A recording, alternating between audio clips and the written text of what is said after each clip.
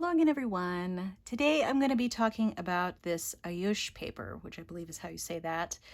This was given to me as a free sample from Peyton Street Pens, but I've actually seen it in a few different places. This was just a nice gift that they gave me with a very small notebook. So this particular paper, I'm trying to hold my space here so we can get to that. On the back, so this is fountain pen friendly paper. And on the back it says it is a natural shade paper, which I'm not sure if that refers to showing off the shading or if that it's not a pure white and it's sort of a natural color, which could be either one, I'm not quite sure.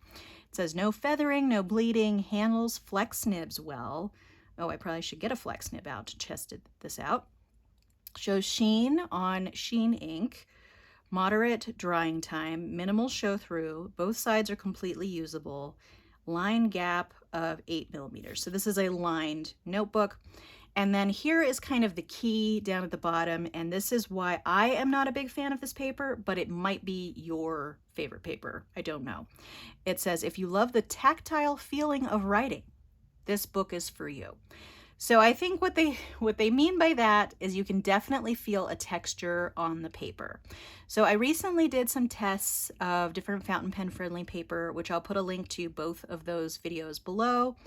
And basically all of the papers in those little tests that had a textured feel I did not like. And this particular paper has the same feel. And but it does show off fountain pens and fountain pen inks very nicely. So what I'm going to do, I have a couple of different size nibs here that I'm going to try. This is, let's see, this is actually a Moonman pen, or no, it's a Pen BBS, sorry. And this is an Opus 88 fine nib that I have in here. And then this is a Conklin Durograph, but the only reason why I'm really using it is because it has a Leonardo steel broad nib in there so that we can see what a broad nib looks like. I'm also going to put this Yoseka stationery ink on with a glass dip pen because this ink is very shading. So we're going to see how that looks. And actually I might go ahead and use my automatic pen as well. I will put a link down below to the automatic pen and the glass dip pen. And let's see, so it did talk about flex pens.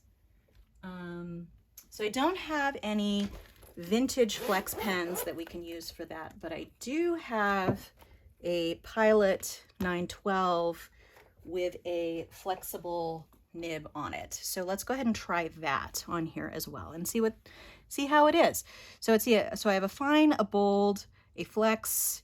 I would say the glass tip pen is probably more like a medium, and I'm just going to stick with these today because I don't want to test, it's always hard to tell which writing tools to use for the tests, but I think this will give us enough variety. So I'm going to go ahead and start with the Yoseka stationery ink and start out with the automatic pen just so that we can get a little sample up here to begin with, and then that hopefully will dry by the time we're through here. So I'm just going to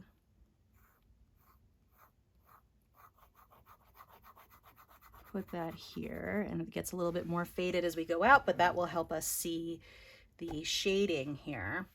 And so I think that colors, because I've been testing this paper a little bit, and I think that colors show up great on it, of fountain pen ink. My only complaint is the feel of the paper when writing. And the tactile feel, as they say, is a little bit less when using broader nibs. So I think maybe I would use this paper for broader applications if I was going to go ahead and use broader nibs on it. So, but one thing too, and this is kind of why I wanted to go ahead and move this all the way across the page so that when it starts to run out, you see sort of a texture in the writing because of the texture on the page. And you can actually see the texture if you're looking at the paper sort of on its side. You can see that there's a little bit of texture in the paper. But again, it does make fountain pen inks show up very nicely, and the colors are very nice, and it doesn't bleed to the other side. So I will show you the other side here shortly. All right, let's go ahead and try the FA nib. So this is the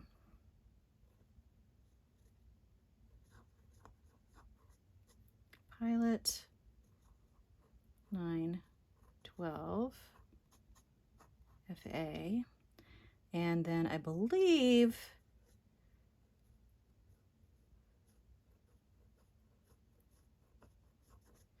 this is diamine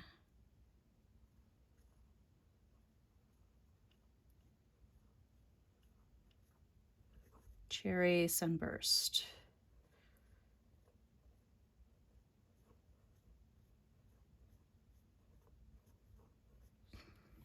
My flex lettering is not the best, but you get the point. And this particular nib is now pretty wet because I did replace the feed with an ebonite feed on this particular pen. I'll actually put a link to that video where I did that on this pen. But you're going to get a wetter flow if you replace the feed with ebonite than you would just out of the box. But that's the only mod that I've done to this pen. Okay, so let's go ahead and go on to this one, which is a Pen BBS. Let's see, what number is this? Do I know? No. Let's just say eyedroppered. And this is an Opus 88 fine nib. And then this ink is Birmingham. Okay, what is, I think it's eroded bronze. I'm actually going to write that up here. Eroded bronze. Okay, and what I have noticed as well is that, so this is a fine nib, but it looks fairly broad on this paper. It does tend to kind of make pens look broader, or nibs look broader here on the page. All right, so then this is a Conklin Durograph with a Leonardo broad steel nib, and this pen is running out of ink, so that is part of my issue there. And I think this ink is Van Diemen's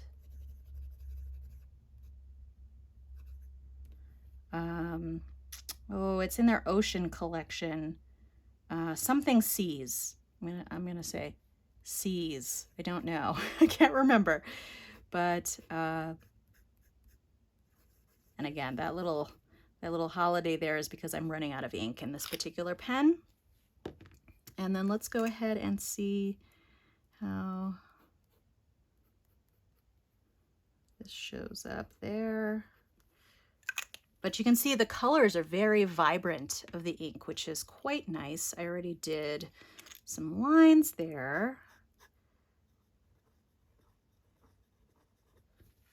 I think they're right. The Flex pen does work quite well on here. I'm trying to think if I have a really thin pen. I probably do have one in my Kaweco collection. Let me see if I can find one. Let's see. Can't remember what I had an extra fine on. Let's see. And I might just have a fine nib and not an extra fine. Let's see, is this fine? Yes. So this is my lilac or lavender, I believe it's lilac, Kaweco Sport. So this is Kaweco. Yeah, because it does have a finer line. I did want to get something that had a little bit of a finer line, and this will show you that. Kaweco Sport, lilac, with fine nib. And I think with this one as well, the ink is fairly wet flowing because it's in a dropper filled pen. So that's always going to affect, you know, your line width as well. And then what ink do I have in here? I don't remember, but it is a purple. I think it's either Mont Blanc Cobalt Violet or hydrangea. I'm pretty sure it's cobalt violet. Let's just say that. Mont Blanc cobalt violet.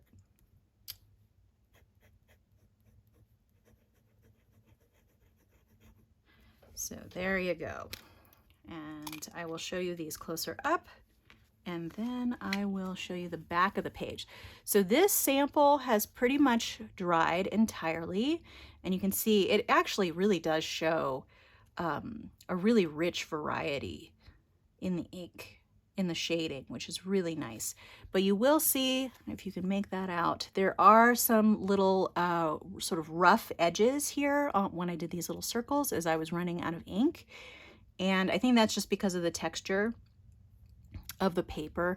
And that's not bleeding. That's just the ink reacting to the texture in the paper.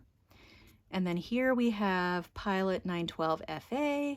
Here we have that fine Opus 88 nib with an eyedroppered pen. Here we have that bold Leonardo steel nib. And then down here we have a fine Kaweco nib, which is probably the finest of them all. And what I just realized is I did not include a sheening ink. So let's see, do I have a sheening ink handy? Let's see, so I do have this Pelikan 4001 turquoise, which as you can see does have some sheen in it. So I think what I'm gonna do, I think all of these are dry. Oops, except for this Van Diemen Seas. And this ink I've had some issues with not drying very fast, so I don't think, I would not hold that against the paper. I think that's really more the ink. But if we turn it over, you can see there's really not a lot of show through. You can see a little bit, sort of the ghosting on the page before, but there's not a whole lot. And let's see, I'm gonna use the automatic pen again on the back here. And let's see if we can get some sheening with that. Okay, just kind of wanted that to run out in there. This is not an ink that has a super strong sheen, so we might not be able to see it all that well. A little bit of poor planning on my part. Let's see. And I actually just realized I have Diamine Polar Glow off here to the side, which is also a sheening ink. So I'm going to try that.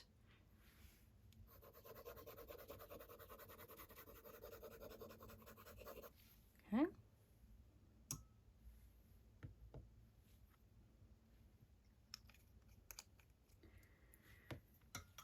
And we will see how those dry. But yeah, I think that's probably all I have nearby. This Polar Glow ink is going to be much more sheening than the turquoise, but let's see how it goes here. So I'm just cleaning off my tools. All right, so it's still wet, but I can actually already see some sheen showing up down here, and it's showing up pretty well, actually. I'm not seeing as much in the turquoise, so I'm kind of glad I added this other color. There's maybe a little bit here, and you know, the sheen doesn't fully show up until it's dry, but this one's drying fairly fast, and you can see that you're really able to see the sheen pretty well. And this was a pretty thick application of ink, and then if we go back to the other side, it's not really bleeding through either. So I think this might be really good paper for maybe if you want to sketch with really large amounts of ink. This paper might be good for that. I'm not sure if it comes in, you know, the typical dot grid or blank paper. I've only seen it in the lined paper, but it seems to me that it's pretty good for large applications of ink. And we're actually almost dry here. That's what's another thing that's kind of nice about this paper, is it does dry fairly quickly. But again, you know, on the turquoise, not seeing so much sheen, but on this Polar Glow, which is a pretty sheening ink. So I think this is a good example of how much sheen you might be able to get out of an ink. So that's actually really pretty. I might just want to do like huge swaths of ink on this paper, because it does actually look really vibrant and nice. And that's probably why people like the use of this paper, because you can get such nice color representation. Yeah, and so I think this is still a little bit damp, but and now that it's drying a little bit more, I can see a little bit of sheen around the edges. You may not be able to see that. But like I said, you can definitely see the sheen in that bottom one. And as it dries, it doesn't bleed through any more than it did when it was wet. So I think this is really good paper for showing qualities of inks.